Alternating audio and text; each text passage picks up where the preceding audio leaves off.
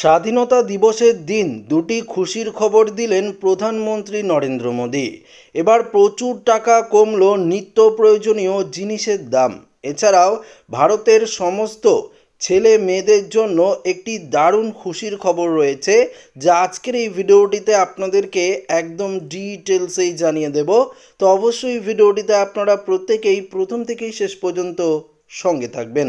তো বন্ধুরা, এই মুহূর্তে আপনারা দেখতে পাচ্ছেন ৭৯তম স্বাধীনতা দিবস উপলক্ষে লালকেল্লা থেকে জাতির উদ্দেশ্যে ভাষণ দেওয়ার সময় প্রধানমন্ত্রী নরেন্দ্র মোদী এক বড় ঘোষণা করলেন। তিনি জানান, দেশের কর ব্যবস্থাকে আরও সরল করার লক্ষ্যে গুডস অ্যান্ড সার্ভিস ট্যাক্স জিএসটিতে বড় ধরনের সংস্কার আনা হচ্ছে। এই সংস্কারকে তিনি নেক্সট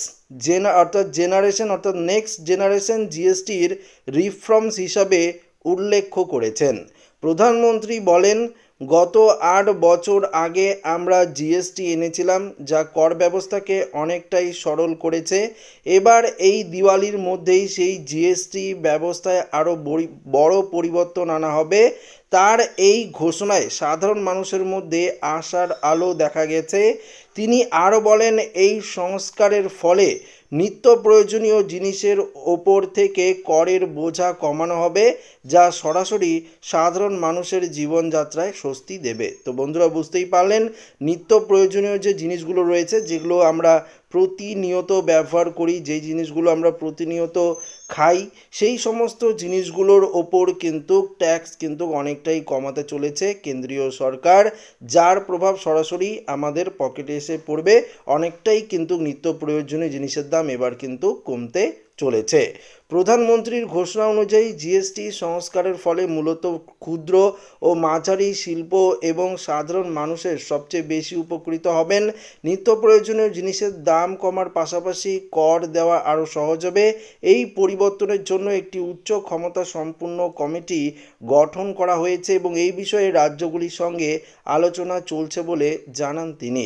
উল্লেখ্য, ২০১৭ সালের ১ জুলাই কেন্দ্রীয় সরকার দেশজুড়ে জিএসটি চালু করেছিল। ৮ বছর পর এই ব্যবস্থায় পরিবর্তন আনায় কেন্দ্রীয় সরকারের এই সিদ্ধান্তকে অনেকেই স্বাগত জানিয়েছে।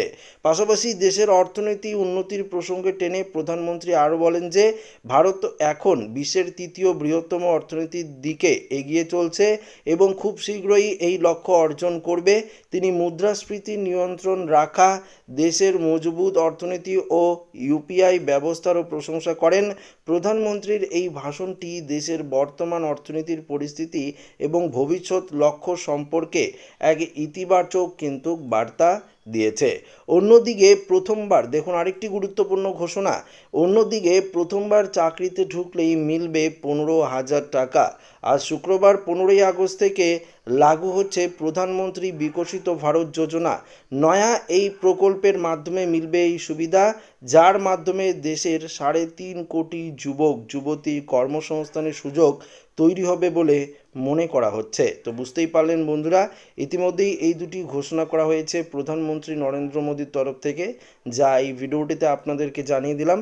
তো ভিডিওটি ভালো লাগলে লাইক করবেন, বন্ধুদের সাথে শেয়ার করবেন, নতুন হয়ে থাকলে চ্যানেলটিকে সাবস্ক্রাইব করে নেবেন। ধন্যবাদ।